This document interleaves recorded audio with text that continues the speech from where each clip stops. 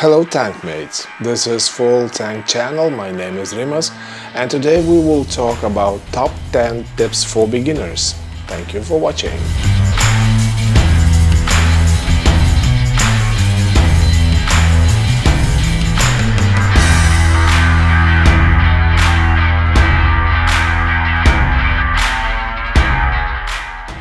Please push like button and subscribe to this channel. Thank you. And now let's begin with top 5, and this is all about hardware.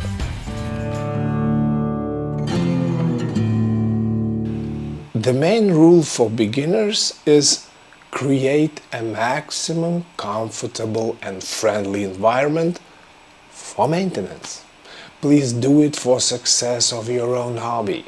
Think about all the details so that any action of maintenance is convenient.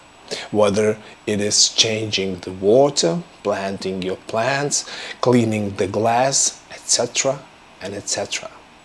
It depends on whether the hobby will bring you joy or will become pain in your butt. Just imagine, your tap water is somewhere on the next floor or your sink is 50 meters away.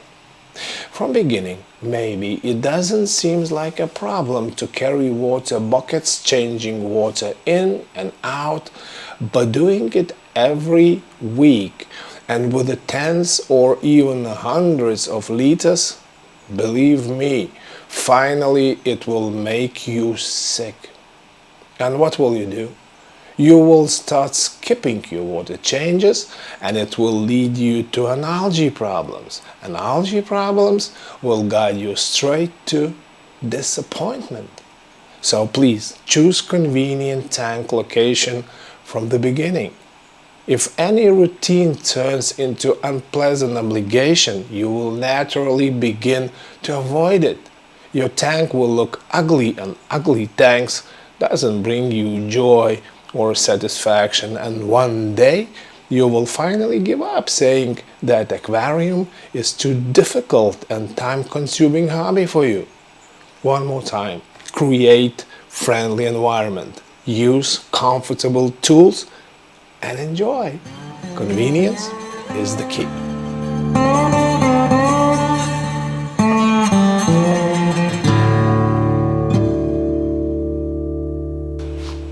So, let's move on to our top 5, and first is aquarium or tank itself. What size and shape should I choose? Forget images of round containers. In my opinion, it's a crime. All exhibition or show aquariums you see online are utopia because there is a crew of professionals working on them on daily basis. Truth is that there is no perfect tanks. You can choose open tank or tank with a lid. Just keep in mind a couple of things. Open tanks needs special lights and evaporates water much faster, so you will have to top off them more often. Tanks with a lid are more safer for your fish to jump off. But in my opinion, open tanks look much better and you can add some immersed plants, for example. Of course, it's up to you. But what about capacity? For a start, I would advise you to choose somewhere around 100 liters tank. The idea is quite simple. The larger the tank, the more stable the system. In other words, more water is just harder to spoil. Like a drop of ink in a glass is not the same as in a barrel. Larger ecosystems is harder to damage. But don't get me wrong, I don't really recommend you to go for a half ton for a start anyway. Somewhere around 100 liters is okay.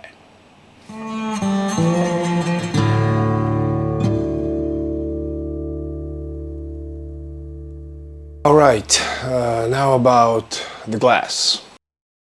At this stage of your hobby, glass is really not that important, but you can choose between simple or so-called opti-white glass that is more transparent and does not have that little greenish tint that in reality, in my opinion, is noticeable only for sophisticated eye. By the way, it is much more expensive.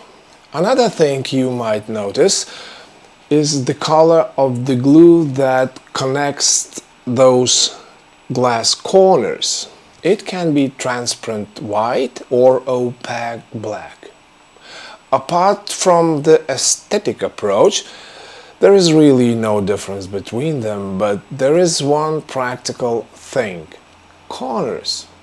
Corners of the tank will collect algae anyway, because it's pretty tricky to clean it out of there without damaging the glue, and algae on that white transparent glue is just more visible. So usually I choose those opaque black corners, but again, it all depends on how much time and effort you want to put into cleaning those corners. It's all about convenience, remember? By the way, almost forgot. The bigger the tank, the thicker the glass. To save money, some folks choose thinner glass, which is reinforced with such glass cells at the top of the tank.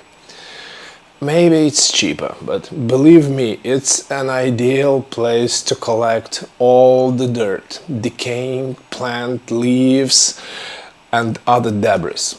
It's very inconvenient to scrape them out of there and keep things clean. Keep it in mind.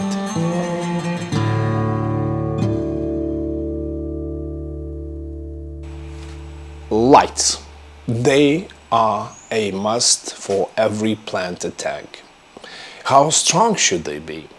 There is one formula. It says that you need 1/4 of a watt per 1 liter of water. It means that for 100-liter tank you would need 25-watt lamp, but at this level you don't really need those fancy and expensive lights. The only thing I would say is good to have for each lamp is dimming option. For how long light should be on?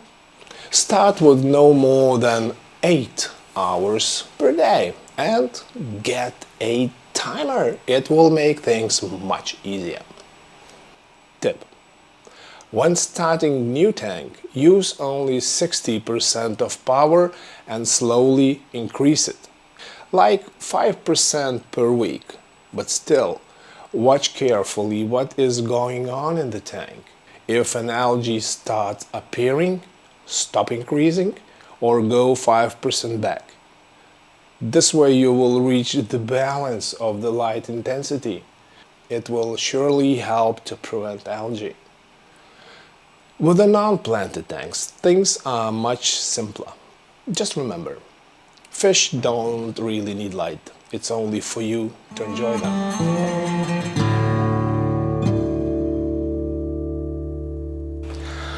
And it's time to talk about the most important thing, in my opinion. It's filtration. The filter does what nature does. An aquarium is closed system, so good filtration is critical. All living organisms depend on water quality. Roughly speaking, the filter cleans the water, turns the bad substances into less harmful ones, and ensures the biological cycle.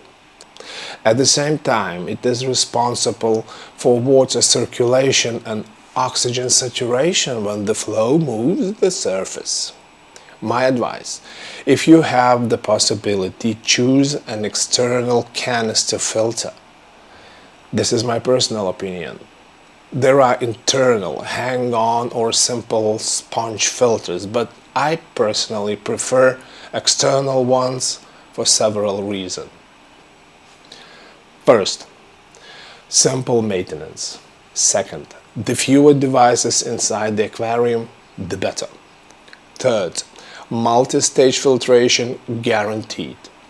And the fourth, additional amount of water to total system is always a good idea. And the last but not least important point is that canister filters really need to be cleaned, and the possibilities of modification according to your changing needs are pretty high. Of course, other filters do their job, but performance and possibilities are lower. Just always make sure their flow is good enough and do not forget to clean them. Attention! One tip for all filters. Divide capacity indicated by the manufacturer by 3 and you will get the real performance of the filter.